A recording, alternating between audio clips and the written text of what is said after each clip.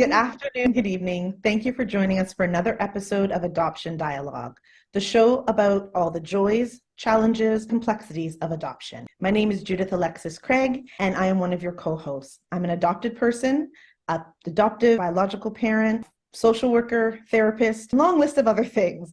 But it's my pleasure to be here with you today alongside my co-host, Sally Bafor. And I'm Sally Bafor, and I'm an adoptive parent. I'm based in London. Judith is in Canada. And as you know, we're doing this show so that we can actually share the complexity of adoption for all the people who are living the experience and also those who work with them. So it's wonderful that all of you are here to join us on this show. My name is Vic Torson. I'm from Baltimore, Maryland, is where I'm at today. I'm a former foster youth. I am a practitioner in child welfare. Now I work in philanthropy for child welfare. Brilliant. Thank you so much for being with us here today. Do you prefer Vic or Victor? Either one works. I get called Vic probably more though. Okay, perfect. Well, thank you so much, Vic, for being here with us today. Okay, and we really look forward to learning from both your personal lived experience and your professional lens on how you are advocating for children in the welfare system. And of course, we acknowledge that we are spread across the globe, truly today, especially with you joining us from the States. I'm in Canada. Auntie Sally is in England. Our tech assistant is here joining us, Francis from Ghana. So we are truly worldwide international. So we want to start off by saying some of the information that is shared today may be very country specific. So just for folks to be aware of that, but really at the core of it, the core issues, etc., are really universal. So just to sort of mention that as we start off. Wonderful. So Vic, we'd love to jump right in, have you share a little bit about your background with us. You mentioned obviously in your introduction that you did grow up in the foster system, but could you start a little bit earlier than that? Share with us, about your biological family makeup, sibling, only child, parents. Share a little bit about that with us, please. Yeah, I sure can. I grew up in Florida, which is like in the south part of the United States. Can't get any further south except for Puerto Rico. I went in the foster care system when I was 3 months old due to domestic violence in the home occurring. I have 4 sisters. I'm the only boy, which makes me the most handsome child my mom has ever had. So Take your word. I ended up experiencing 11 years in the foster care system prior to being adopted and went to obviously multiple different homes. I stayed in Florida, which is really like, and I also stayed for the most part in the same county, except for one of my placements, which is another like plus, which doesn't typically happen in almost any system. And so very privileged, blessed to recognize that occurrence. So 3 months is when you ended up in the care system. Yes. What was the environment in the home that would have resulted in your having to go into care at 3 months? What was happening Yes. around there? Yeah, so my biological father shot my biological mother and then shot himself. I was in his hand, my sisters were watching, and You that's were what in whose hands? my mom's, yeah. And so that's what landed us into the child welfare system in the United States. One, my mom was obviously hospitalized. My father was obviously sent to prison. So your mother survived it. Did she survive it, your mother? Yes, she did. So she had a coma in the beginning for a good amount of months and came out of the coma. It's just, Can she we still has ask, do we she ask still has a how she bullet in is? her head. Ask how, Yes, she's still got a bullet in her head, has she? yeah, she still has it in her head. Oh, It would have done more damage to take it out. And take it out. How is yeah. she doing? How is she doing now? So her are actually like slowly developing that relationship now, because the system drew us apart. And I think she is in a place of one gratefulness around being able to engage, interact with her children, Yeah. and being able to see where they ended up. She ended up signing over her rights later on through the case, Yeah. because she felt like, it was safe. Yeah. But also, I imagine that it would have taken her a very long time to recover from Yeah, this situation. Yeah. yeah. Oh, Victor, it's a very difficult situation to actually recount. I want to say thank you for sharing this with us because, I mean, it reminds me of Judith telling us a story about her being found as a foundling by a ditch, passerby seeing her. And you realize that the stories of people who have been through the care system are varied. They're human Yeah. experiences. And I want to thank you for sharing this with us because I think it puts everything into perspective. So that Yeah. means that makes seriously you the baby of the family. No wonder you said you're the most handsome. I Yeah. so Victor, then so fast moving forward. Then after that, you got sent on into a first home. So do you remember how many foster placements you were in roughly? No, so I do not remember them. You I'm don't like, remember. but I do remember the ones who definitely had like the most like impact, whether good or bad, throughout my life. But I will say I've been pretty fortunate for more good than bad. But I've And accept, why do you say that? That's an important thing to hear. Why do you say that? yeah, I mean, I'll dive down. There's three black people in this car, right? So one of the homes I remember was like one of the homes I actually wanted to be adopted into. Like the foster mom was amazing, but there was racism, being called nigger in the home. It was a Um, white, was it a white home?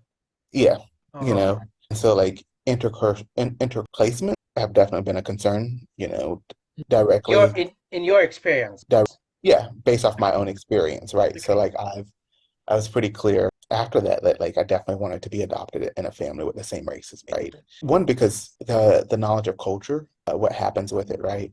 And then also like just different things, like the way you treat my hair isn't the same way that you treat someone else's hair, right? Doing it incorrectly can lose part of my culture, right? Can lose part of my identity, and can lose part of my belonging. So a lot of intentionality going forward around like where do I sit, where do I place, and where do I feel?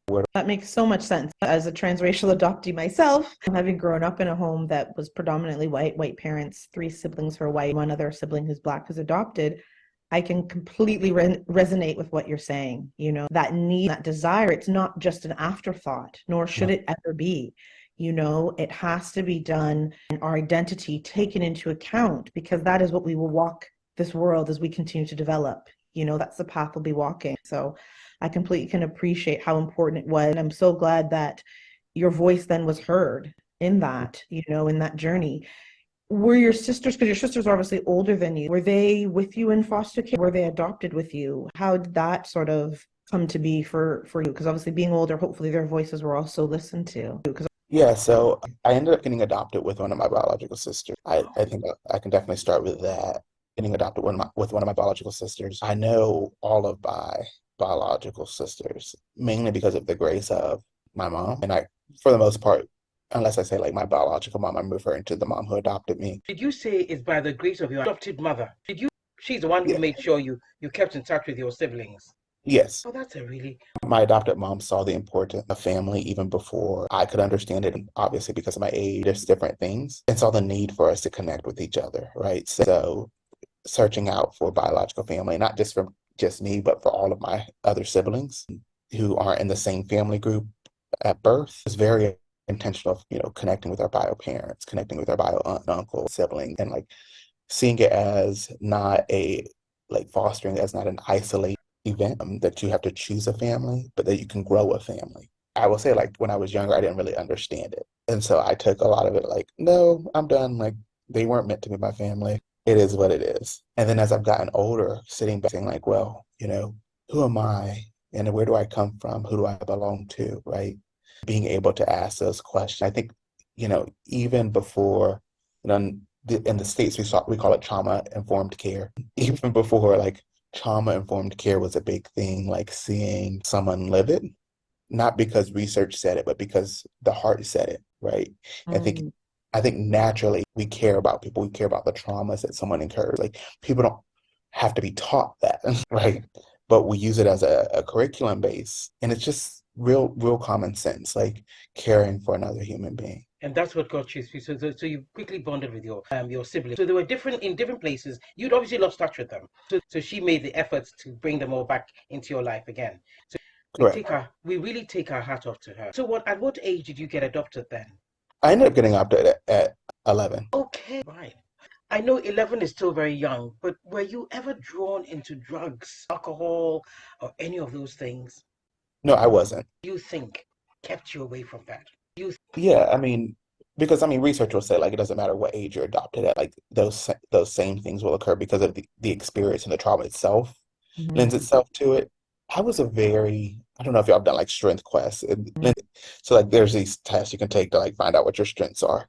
And one of the strengths that like I've consistently tested for, regardless of like my age or what I'm going through in life, has always been futurist. So that has always shown up regardless of like the other ones were like leave, come, whatever. But that one remained. Knowing that about myself, 18 plus, I've lived in the future for most of my journey. But mm, so I tell people, actually, I'll tell you two things. So I founded this organization called Guiding Hope. When looking at the name, while I was like naming it, I said, what kept me alive was the fact that I had hope and that I had people that would guide me towards it, right? I Right. remember after the organization had been running for a year, I sat back and I said, man, like what a name. But like hope, like what is hope, right? Mm. Hope is the absence of something, right? Because you're hoping to gain something, hoping to get something, hoping to earn something.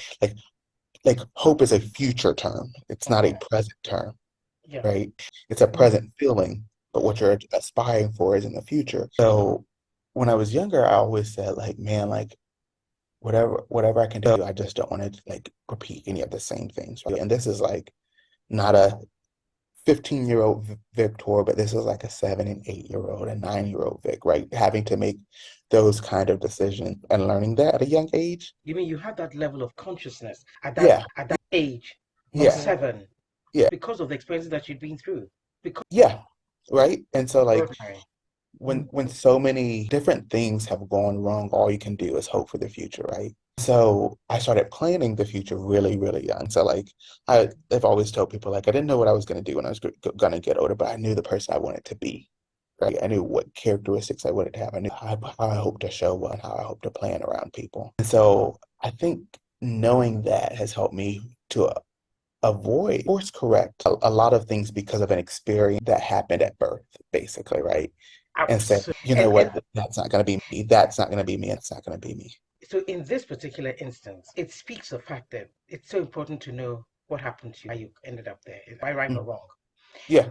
And I'm saying this again because we have a lot of adoptive parents who adopt the children think, no, no, no, I don't want to tell them about their past because it's too painful, and I don't want to hurt their feelings, and I don't. But from what you're telling us now, that is actually what has motivated you, kept you hopeful, optimistic. I think that's a key thing. You're optimistic. Your cup was always half full. You'd look at the past and use that to learn a lesson, develop a better future. Am I right or wrong? I think you're right. There is a saying that I've lived by primarily in my adult life. What is predictable is preventable, right? Mm. So people would like to talk about the foster care to prison pipeline or the you're not on third grade reading level pipeline to poverty or to prison, all these different things. So if we can predict those things, we also have the ability to prevent those things, right? So hearing that I had a higher chance of ending up in someone's jailhouse than owning my own house, right? Like Mm. that's a problem, right? To hear I have a higher chance of ending up in somebody's grave than being on someone's payroll, right? Like Mm. so many different like problems that we were able to see and not figure out like what can we do to create the opposite or create these desirable outcomes. So I spent a lot of time planning for a different future. And I will tell you, like I spent most of my childhood probably being educated, like just learning things just because I can learn them, just because I needed to learn them. But because people always said knowledge is a power, but knowledge is a key that will unlock so many doors, right? Right. So for me, I was like, well, how much knowledge can I gain? How much knowledge do I need to know? And all this kind of stuff. I've spent most of my childhood gaining knowledge beyond my years because I wanted to be prepared for anything that showed up in front of me. But also, I think it sounds to me like at that point you were in an environment that enabled that. Was it at the time that you adopted or before that? Because you would have had to be in an environment that would actually promote that, but even facilitate it in one way or the other. And you were. Yeah, I know this. Trauma ages people. Oh, Rama does. It ages. Yeah, it Ages. ages people. Ages or matures people? Which one is it? Mature or age? Ages. I think it does both. I think it does something Okay. to your physical body. Mhm. And because your physical body is going through it, your mental body is also going through it, right? And so I think it like ages you, and like you make decisions that you wouldn't have made if you were able to live that childhood, right? So, one of the other things that I've spent time doing, what I spent time doing is embracing childhood memories, right? Wonderful. And I was having a conversation with my wife earlier this week actually about something that bothered me. I can't remember where it was said or where it was written or what we were watching or listening to, but somewhere somebody said children are resilient. We hear that a lot. Yeah, and I said, but children shouldn't have to be resilient. And I think us saying that children are resilient gives us the scapegoat to allow harmful things to happen, right? Things that will affect someone's trajectory for the entirety of their life, Yeah. but not just their life. generations to follow. And my wife is another person who experienced the foster care system as well.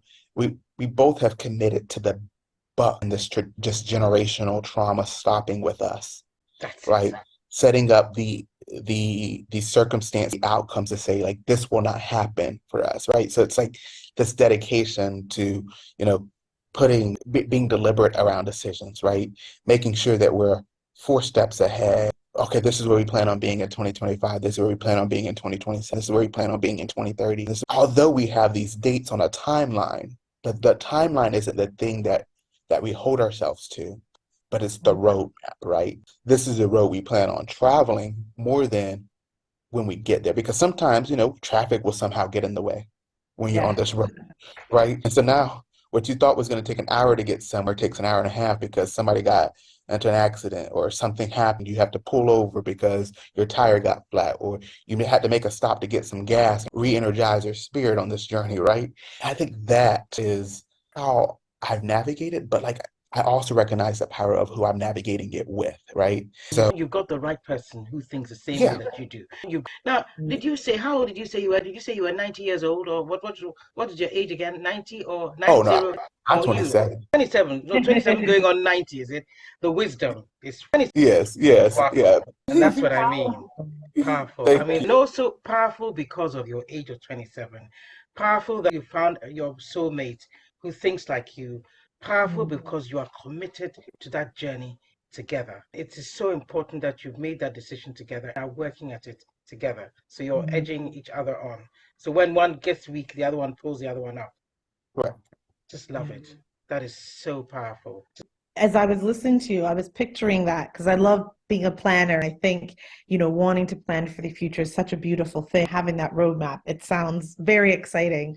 So I guess I'm wondering, is that in just your personal life, or do you also implement that into your organization that you started? Because I'm so curious to learn a little bit more about the work that you're doing to assist and support other young people who have lived through, as you said, Yeah, trauma, traumatic experience. yeah, I can. Every part of my life is probably like very like I'm very detail oriented, but still like place a little bit of ambiguity into it, right?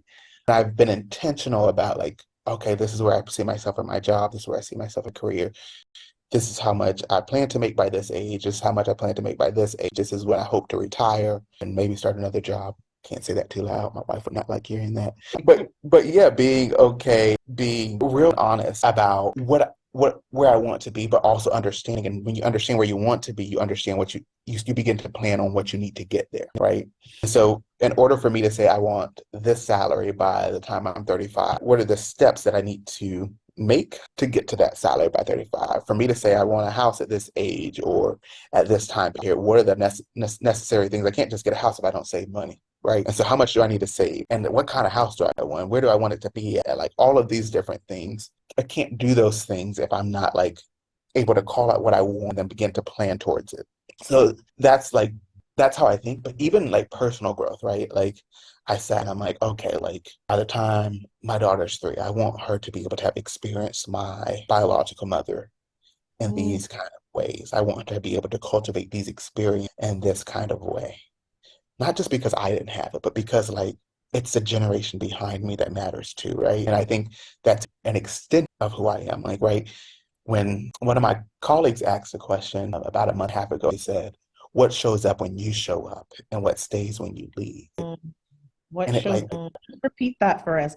What yeah, shows up? what shows up when you show up and then Show. what stays when you leave, right? They're like small questions, but large questions, right? Like, and I said, and I was like, man, what shows up, right? What shows up, right? And I said, you know what? I think what shows up is my daughter, my wife, my parents, and my upbringing, but also my compassion, right? And that compassion comes from the years of trauma, years in the foster care system, understanding that, you know what, people may be smiling today, but hurt on tonight. Right. And I think being okay with saying, you know what, it's okay. Right. And then also learning how to like teach that back to yourself. Right. And then what stays when I leave. Right. I think what stays when I leave is this idea of acceptance. Right. And one of the terms that I really have grown to like use very intentionally and consistently. Intentionally consistent is sawubona, which is a Swahili word, which means from the Zulu tribe, which means I see you, I see all of you, I see your pain, I see your traumas, I see all of the things that you've experienced, right?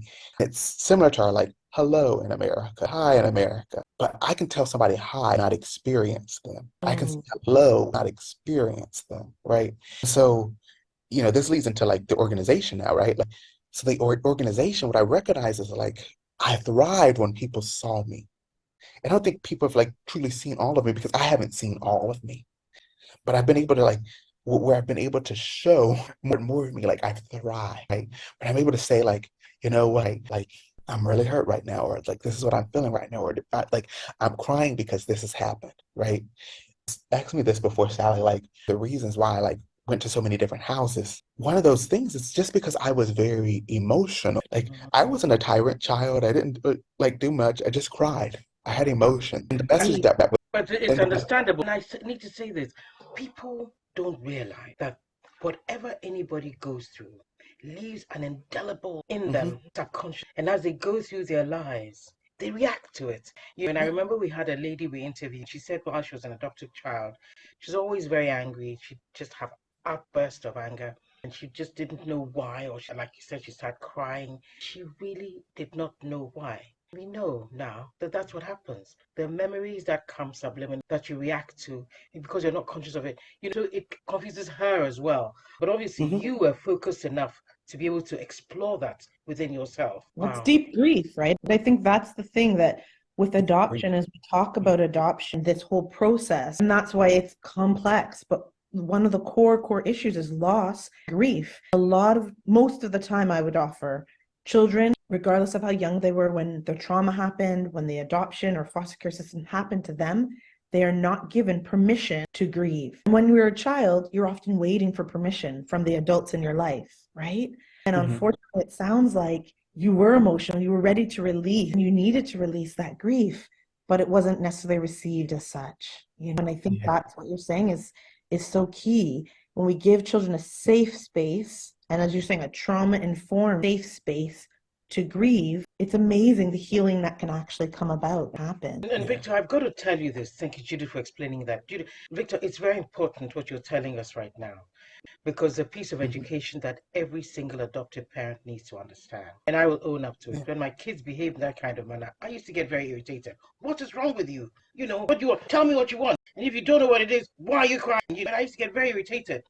But doing this show has actually made me realize that I'd love to be able to have the opportunity to go back, start all over again with the knowledge that I'm gaining.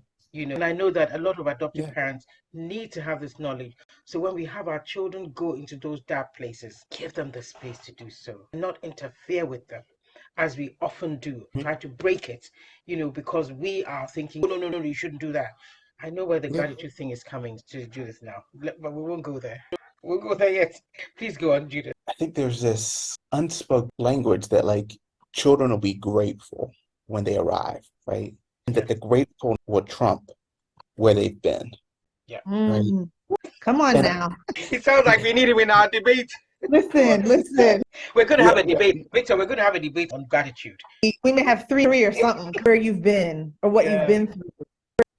But that's what it is, isn't it, Judith? That's the message right there, though, right? That's underlying everything. Expectation, I would say, and I don't say this maliciously, but that is the expectation, because looking at it from an adoptive parent lens, right? For them, they've often longed for children.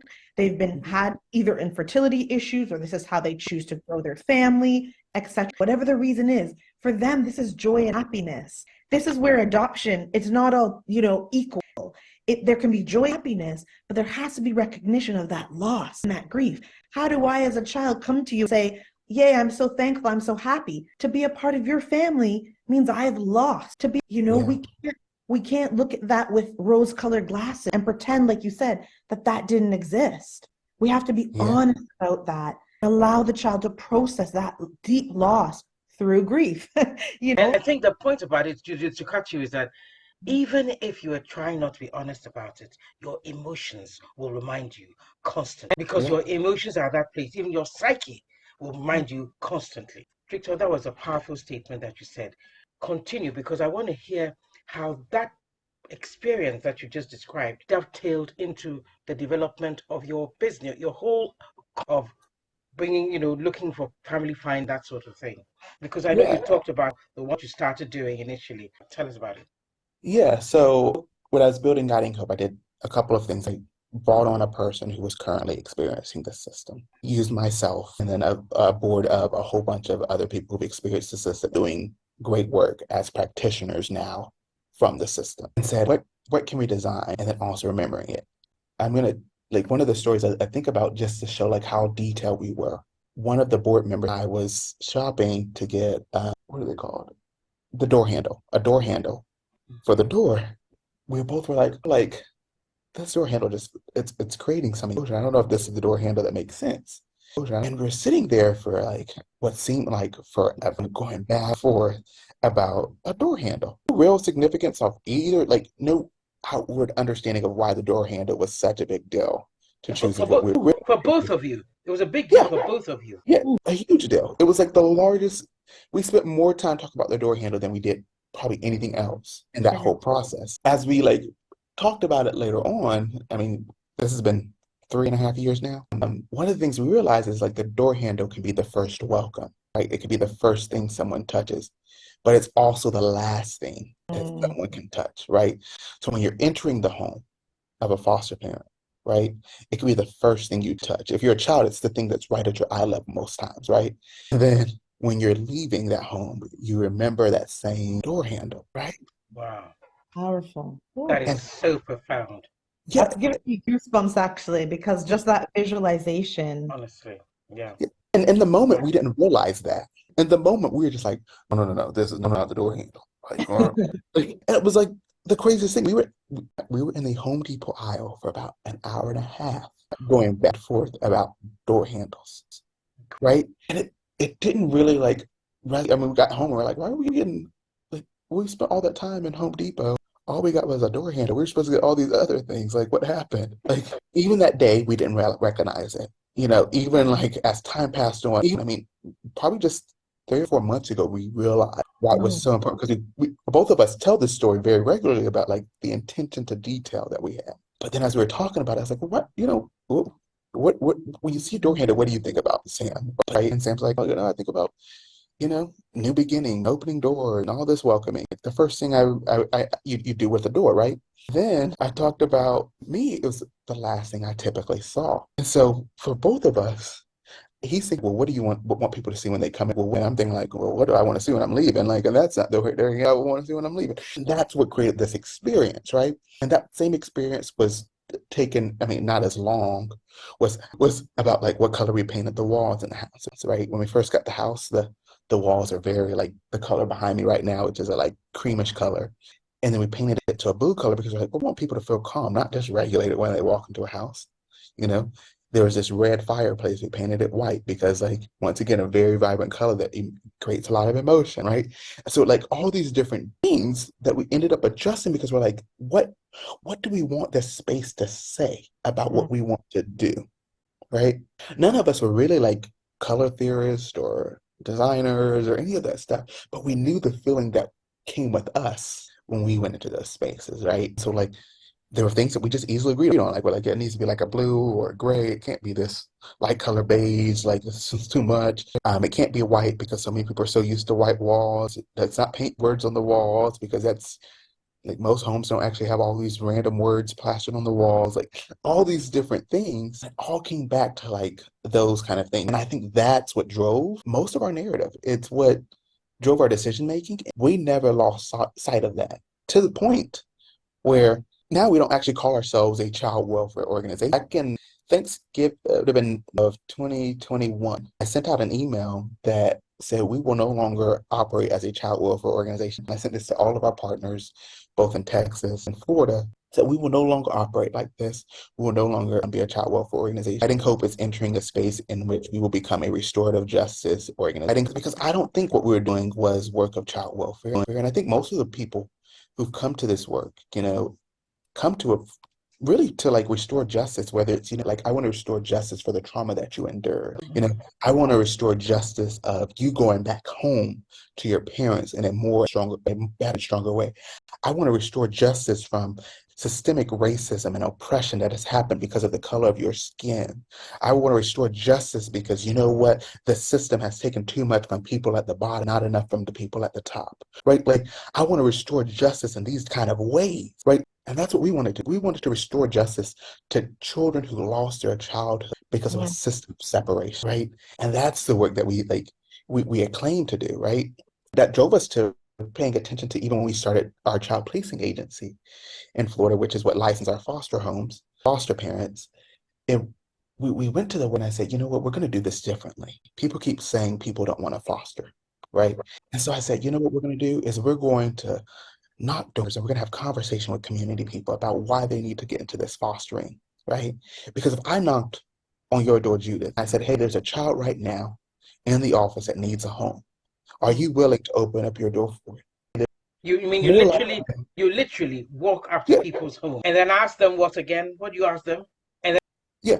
If there's a child in the office right now, are you willing to open your home for this child? More likely than not, people will say yes, right? And they'll be like, yeah, like where else is he gonna sleep? I'm like, well, right now they probably sleep in they don't have enough foster homes, or he'll sleep on somebody's floor because we don't have enough foster homes, or he might be in a hotel because we don't have enough foster homes, right?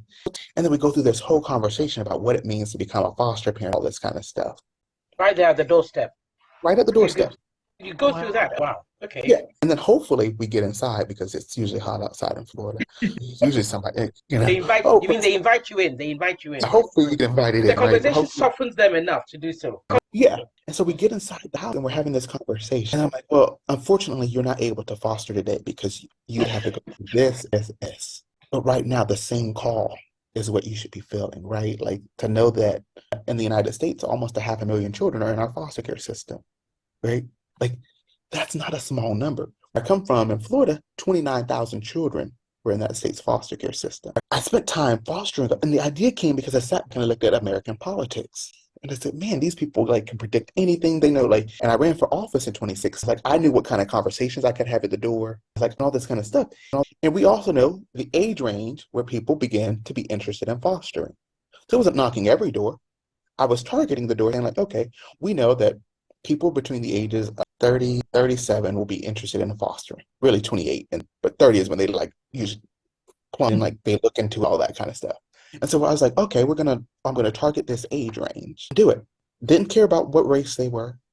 Primarily focused on African American people because I was focused on the African American community, but like did not care like about that as a factor because we also know that the system makes it sometimes harder for people of color to participate in this revolutionary caring for others. Even though, generally speaking, in our community, right, as people of African descent, that is what we do. It just hasn't been framed in the same way. It hasn't been acknowledged either, And I think it's deliberately misconstrued because here in England, and that wasn't so long ago, it was actually Black people were actually seen as people unfit to parent. Yeah, absolutely. So it was actually part of practice that they didn't encourage Black people because a child would be privileged to replace the white family. Thankfully that has changed. But yes, we understand exactly what you're saying. And it sounds to me like the same. It is the same. It's the same across the entire country, not just Florida for us. It's a system that, and I agree with you. I actually made a statement similar earlier this week that like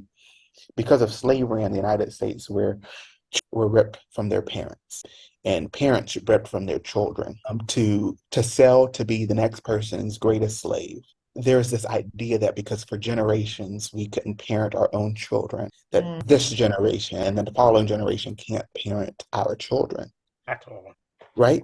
At all. Correct. At all. At all. Yeah. That there's going to be a problem because of the fact, people aren't going to say it's because you're Black.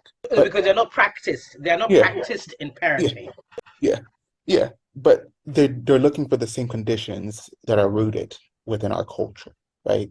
So whether it's, when the kids 6 or 7, they don't need to be babysat like this. Like their older sibling can watch this child. I don't need to be there. I gotta work anyhow. I gotta go to the store. I gotta do this. It's easier for their 10-year-old sibling to watch this child than for me to try to carry them all there, right?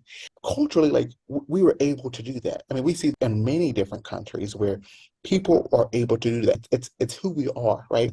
But we also know our neighbors we'll make sure nothing happens to our child. So although my neighbor may not be in my house, my neighbor knows my children are there because I gave them a call. Hey, my children are there. If you see anything or people knocking or any of that kind of stuff, let me know. Go over there to see, do what you got to do. And that's where we come from, Yeah. right? Absolutely. That's what it is. Yeah. That's where we come from. And so this is the practice that you're doing this, and your staff are trained to knock at doors. And Yeah. so what percentage of the people whose doors you knock at are you able to bring into fostering?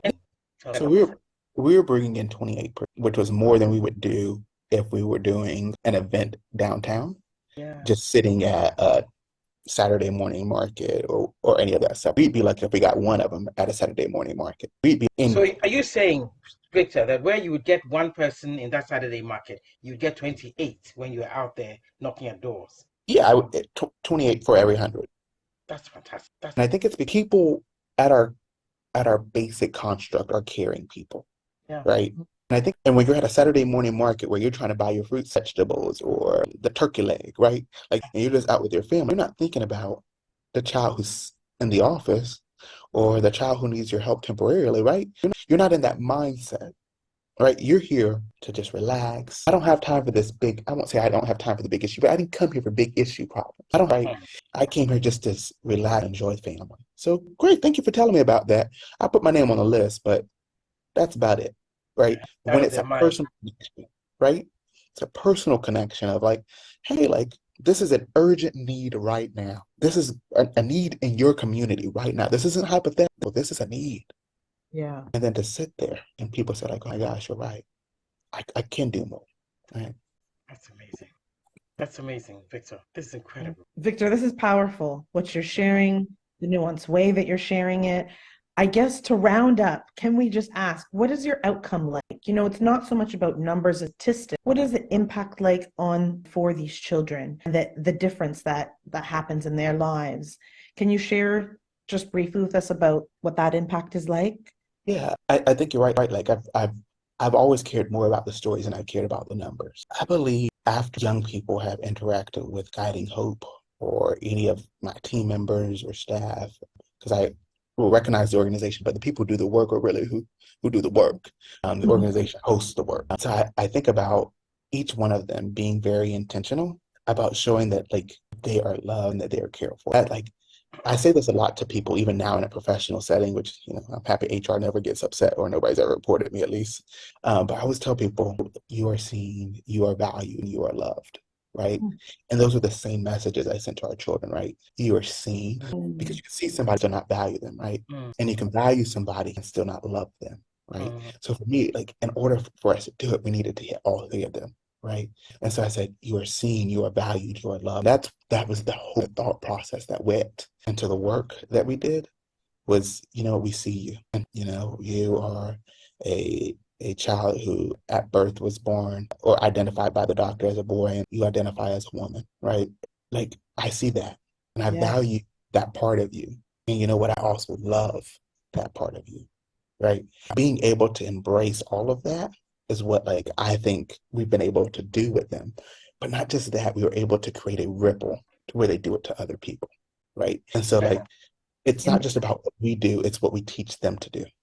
Wow. Thank you so much. I'm gonna have you back again, because your words of wisdom have been so enlightening, so powerful, and so needed. You know, and I think your message of children being seen, valued, loved for who they are fully, it does build their self-esteem so they can empower themselves and then continue to help others become empowered. So the work you are doing, thank you, thank you, thank you on behalf of these children who you are working so hard for, because the difference, that impact is going to be felt generation. That is for sure. That is. So we just want to say thank you so much for joining us today and being with us, sharing. We are so excited to learn more about Guiding Hope. What we'll do for folks is we will provide your information to folks so they can reach out, they can support however they can, and just to learn more about your organization and the incredible work you and your team are doing. So thank you so much for joining us today. We want to thank all of our viewers and thank you for being here with us. And if you have any questions or comments, please do send them in as always. And if, as we say, email us at Adoption Dialog, and we will hopefully be able to get Victor to come back and respond to some of these query questions we have, because we know that our viewers will be keen. I'm sure you'll get peppered with questions. So we Yeah. just want to thank you so much for being with us Thank today. you. Thank you, Victor. Thank you, Judith. Thank you, the audience, everybody who's here. Victor, you've been amazing. Thank you for the great work you're doing. I echo everything that Judith said. Thank you. We hope that you're going to come back again and share some more with us. Thank you. Sounds great to me. I agree. And thank y'all for inviting me. You're most So welcome. Thank you. Bye-bye. have a great afternoon. Yeah, bye. To all adopted people around the world, I dedicate the song Desiderata by Les Crane. And remember what peace It's a there may powerful, be. life-changing poem for hard times, which inspires hope for all who hear it. My message to all adoptees is summed up in the chorus. You are a child of the universe. No less than the trees and stars, you have a right to be here. And whether or not it's clear to you, no doubt, the universe is unfolding as it should, and you have a unique and very important part to play in it. So stay strong, positive and focused, and you will thrive. I want to thank you all for joining us at Adoption Dialogue. If you have any questions or comments, send it to us at adoptiondialogue@gmail.com or drop it in the comments section of our social media platforms with the handle Adoption Dialogue without the UE at the end of dialogue. Thank you again. Stay tuned for our next episode on social media. Bye for now and stay blessed.